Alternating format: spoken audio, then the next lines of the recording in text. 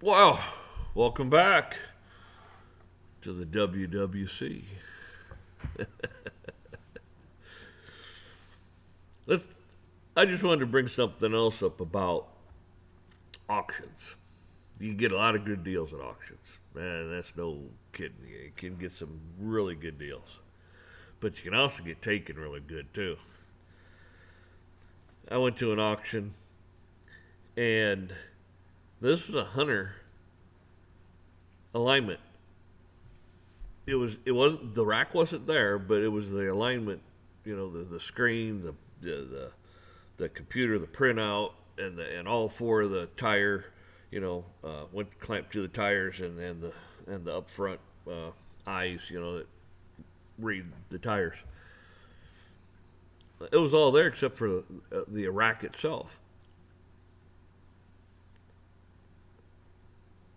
So the guy starts out at some, I don't know, 5, 6 thousand. Nobody. He kept dropping and dropping and dropping and dropping and got down to like $100. And I'm like, well, shit. I'm like, what the hell? And he said, guys, I'm not going any lower than this, blah, blah, blah, blah. So okay. Then it got up to 135. Wasn't my bid. And I'm standing there thinking, because at the auction, it's you like it, you buy it, you like it. A lot of stuff is as is. I'm thinking to myself, what do these people know that I don't know? That's what's going through my head. Yeah, it's a good price, but what's it cost to fix this thing if you need to fix it? So I didn't bid, and it sold for that. And I don't know anything about it. Don't really know. Didn't talk to the guy or anything. But my thing with it is, you should go to the auctions early. Check everything out. If they don't want to turn the thing on, show you it works, show you how it works, or anything like that, man, there's something wrong with it. Don't buy it. Don't even, unless you've already checked it out and you can find out you can fix it pretty cheap. But you should always check that stuff out, especially when that's too good to be true. That was my thing. Was I being suckered into, we'll rack this thing up to, I don't know, $1,000, $2,000 and drop out, and then all of a sudden, the guy got his money out of it, and I take it home and find out it doesn't turn on, or it turns on but the screen's all messed up, or it's out of whack. I don't know. I don't want to find out either. I'd have felt better if if somebody would have jumped in at, 1,500, 2,000. If somebody had jumped in and put their hand up, I'd have been like, well, somebody maybe knows something about it or knows the guy, and it's a good unit. But you don't know that. You get taken sometimes at auctions. If you go to them, you understand what I'm saying. But there's a lot of guys, they just bid, bid, bid, and is it any good? Does it work? It may light up, but does it actually work? The guy's getting out of the business or something and selling everything, retiring, whatever. All he wants to do is get rid of the stuff. He's not going to tell you, oh, that's a piece of crap. Don't buy it. No, he wants to get top dollar out of it. He's leaving. He's going sayonara, and then he's taking off. So he wants to get as much as he can, get that cash. He's got to pay this guy. So, and of course, what's the auctioneer? He wants to get paid too. The more he can sell it for, the more he can make. So it's usually not in your best interest. Sometimes it is. There are some things you can get. You can be like, well, it turns on, it works good. A lathe. I mean, maybe it needs some tooling. Maybe it needs a little work here or there. But you got it for a song and a dance, and you can fix it easily, cheap enough to where. Or if it comes with a whole bunch of other attachments and stuff, it's like, well, that's a good deal. But you got to watch out. Is it three phase? Do you have three phase? There again,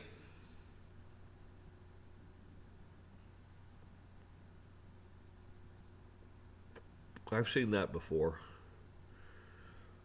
I remember I was at an auction and a guy bought a tire, what was it, tire balancer, I think it was. And it was three phase. I'm like, three phase tire balancer. I just figured, hell, they're 220. You just plug it in the wall and does its thing. This was three phase. I'm like, I didn't even know they made them. I suppose they do. I don't know. It was old. It was an older one too. It wasn't anything that was like fairly new. It was fairly old, I thought. At least it looked that way. But I was like, man, something just don't sound right here.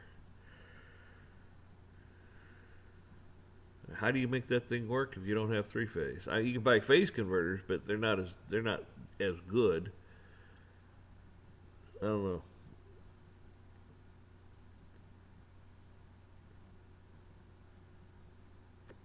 So you go to auctions, just beware of what you're buying. I always like it too. If it's that Snap-on it, it's like, oh man, get ready to dig down in your pocket. It says Snap-on, man. It's like, man, okay. You could have probably bought a whole Craftsman set for what the heck you pay for the ratchet. So same thing with Macco, stuff like that. Some better names. You're gonna pay for some of that stuff.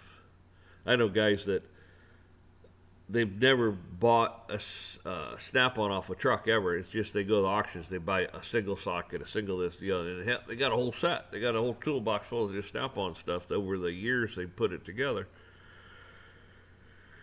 and that takes some dedication and some time.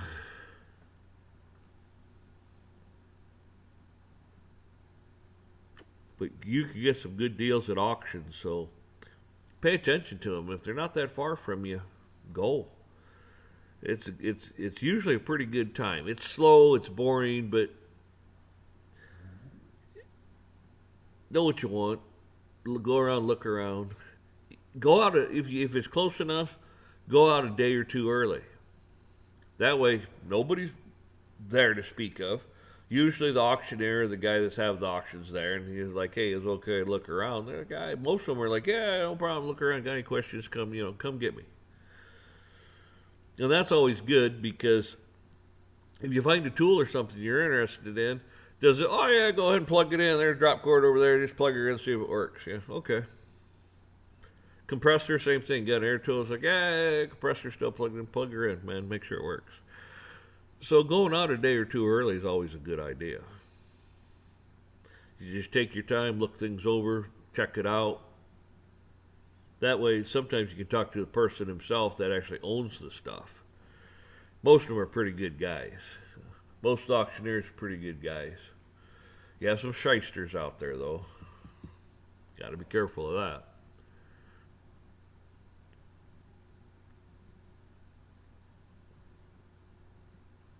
Because sometimes when you're buying things, you got to pay attention. Usually, you would think, here's the car, here's some fenders over here in a hood, but that may not go with the car. They may be selling that separate from the car because it's like the hood and the fenders are worth more than the car, than the shell of the car. So they're trying to, get somebody to buy this and to buy that, and then they start getting the prices jacked up. So you got to pay attention to see what comes with what also, because sometimes they separate things up. I've been there. I've been to auctions before where just a Snap-on ratchet itself. There was a toolbox, Snap-on ratchet sitting right on the top tray. You thought, well, they're going to sell the whole thing. No, no. Here we got a ratchet right here. Blah blah blah blah blah. And then they sold the toolbox. They weren't going to give that ratchet away in that toolbox. So always make sure. Just because you have some fencing sit here, are those posts right by here and the fences that go together? Oh no, that's all separate. It's like, yeah, okay. Ask, make sure. I thought one time the guy he bought a box. I don't know, like a toolbox. The lid comes down over it and it's got a key. And the key wasn't in the toolbox, wasn't anything to be found, blah, blah, blah. But there's some keys on a chain, and it was over here in a glass case. Well, here to come find out, one of those keys fit the toolbox. Man, he had a fit because, well, that goes with the toolbox. Well, it didn't go with the toolbox. It's over here. Well, yeah, but it fits the toolbox. And I mean, he raised a hell of a scene about it. And the guy that actually bought the keys, he's like, well, that's fine. He said, I'll sell you the key. And he had a fit because he's going to buy, I had to buy the key. And the guy, the guy didn't pay much for the keys. And I think he sold it to the guy for like $1 or something like that. But the guy was just going nuts over it. It's like, I should go with it. It's like, I mean, this guy ran around. He must have disturbed the auction for at least 5 minutes, and then he ran around all pissy and stuff for another, 15 minutes. And it's like the guy says, I'll sell it for you $1. It's like $1. Oh my God! You just shut up and give him the $1, and you got the key. I mean, I understand where the guy's coming from. If the auctioneer and the people would have done their job, they would have said, "Oh, that key fits that. Stick it in the damn box." But hey, they're just trying to set stuff up. They're just trying to set it up, get the hell out, and go to the next auction. They don't want to put a lot of time into this. You start to look at all the stuff they have to set up. They got some time involved in it. So, and a lot of them don't have time to sit there and, well, what's this key fit? What's this fit? Well, does that go with this? Does that go with that? Because I've seen things where you've had a lathe or a Bridgeport or something. It's like, well, that stuff there goes with this. Well, it's all separate. Okay. So, verify. That's just a few things I've run into. I'm sure if I sat here and thought about more stuff, but you get my idea. When you go, check it out. If you go a couple days early and talk to the guy that's actually selling the stuff, great. Better off. Because he can shed a lot of light on stuff for you.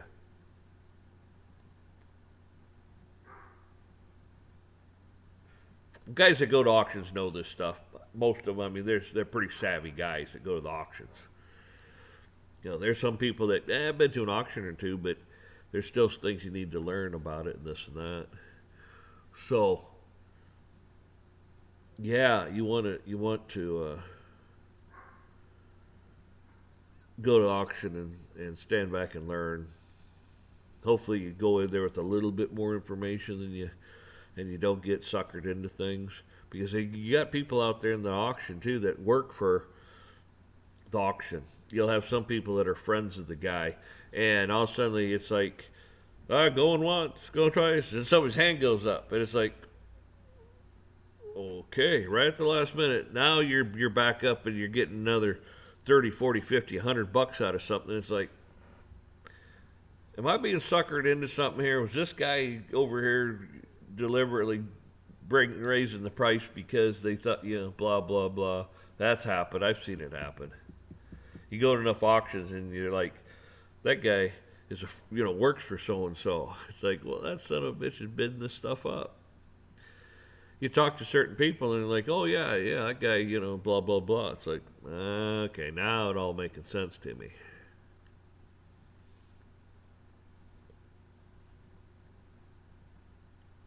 They're not supposed to do that, but they do it. It happens, you know that. You're not stupid. So always be mindful of that also. And there's some people that just get in there and just want you to pay more because they're being a prick. It's like, sometimes they I've had guys do it and try to rack it up on me, and I stop. Later they come up to me and go, you want to buy that thing? So you still interested in that? Nope. They're like, you can just see in their face, it just, oh God, you got to pay for it now? It's like, yeah, you got to pay for it, but I don't want it. It's like, yeah, it's like you're trying to screw me, huh? That's good. And a lot of times what happens is when that happens, you'll notice it too, because they slow down on their bidding. They're not bidding on stuff because they just shot their wad. And it's like, hey, that's what happens when you're being a prick. And they get in there and they just want to rack stuff up on people because they're an ass. You'll have people like that too, and that's what you do is you just kind of stand back and watch and say, "This guy bids on everything." Well, he's a prick. He's just racking the price up on everything.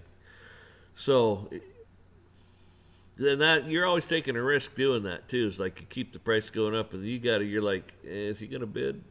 You better want the thing and want it pretty bad, and pay a little bit more for it because he may pull out at any time, and you're stuck with it. And you're like, well, I wanted it anyways. I paid a little bit more than I wanted, but it's all right. It's all good. But there's times when you could get too high, and you're like, I didn't want to spend that for it, and you might get stuck with it. You rather, so you don't know when to stop sometimes. But if you pay attention and watch the guy, you'll get him figured out. And then the auction usually gets better, and prices start dropping.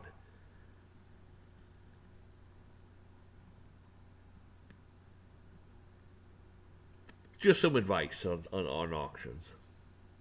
And the other thing is, too,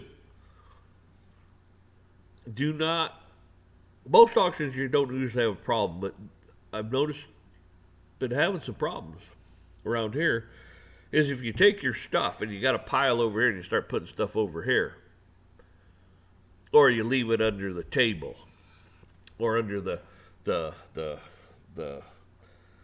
hay rack, set it there. You're better off go with two people because that person could either take the stuff back to your truck or car van or put it in there, which is your best bet.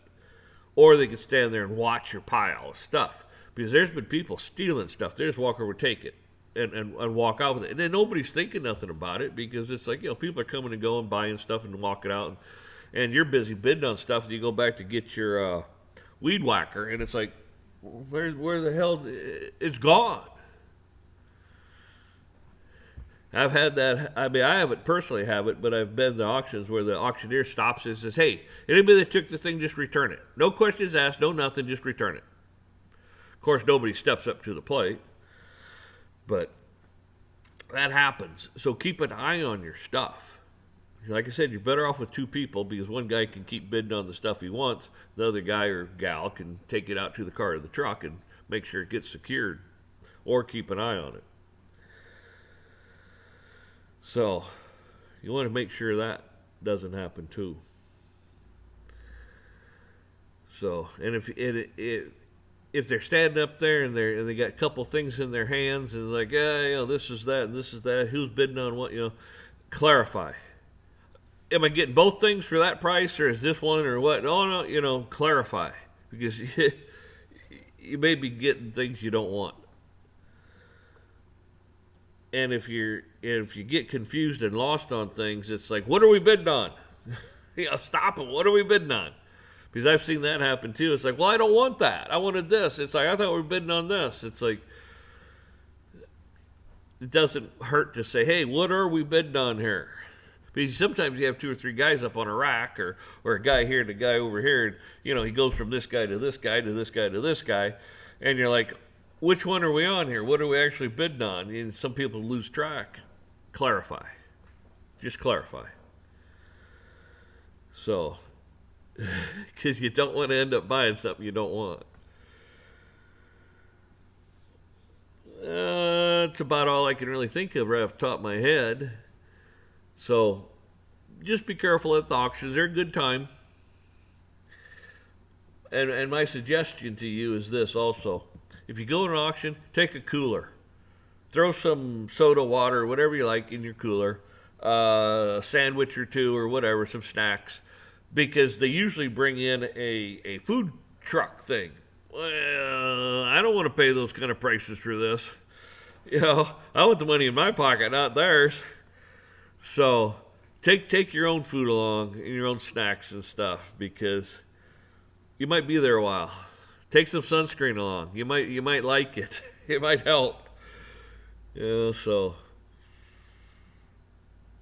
yeah, I mean that's all I can think of off the top of my head. So if you do that, happy hunting on stuff because it can be a lot of fun. It's always interesting to see what people have and what's been sitting around in a barn for the last 100 years. You just never know. I remember Oh, it was an old, I can't remember if it was a Harley or an Indian or something like that. And it was sitting in the hay mow, in the back of the hay mow. And the hay, I don't know how old the hay was. It was old. I mean, it was just, it wasn't even hay. It was pretty bad stuff. But it got buried back there, and nobody even knew it was back there. It had been, nobody even knows how long it was sitting back there. They figured it was Uncle So and So's, and they're like, "Yeah, we didn't know what the hell. What we never figured out what the hell went, where that bike went. Blah blah blah." And hell, they're cleaning out the hay mound. And there's, oh, geez, there it is. So you never know what you're going to run across up there. Some of that stuff is pretty wild. Pretty wild stuff. You know? So, it's always interesting, folks. You have a good one.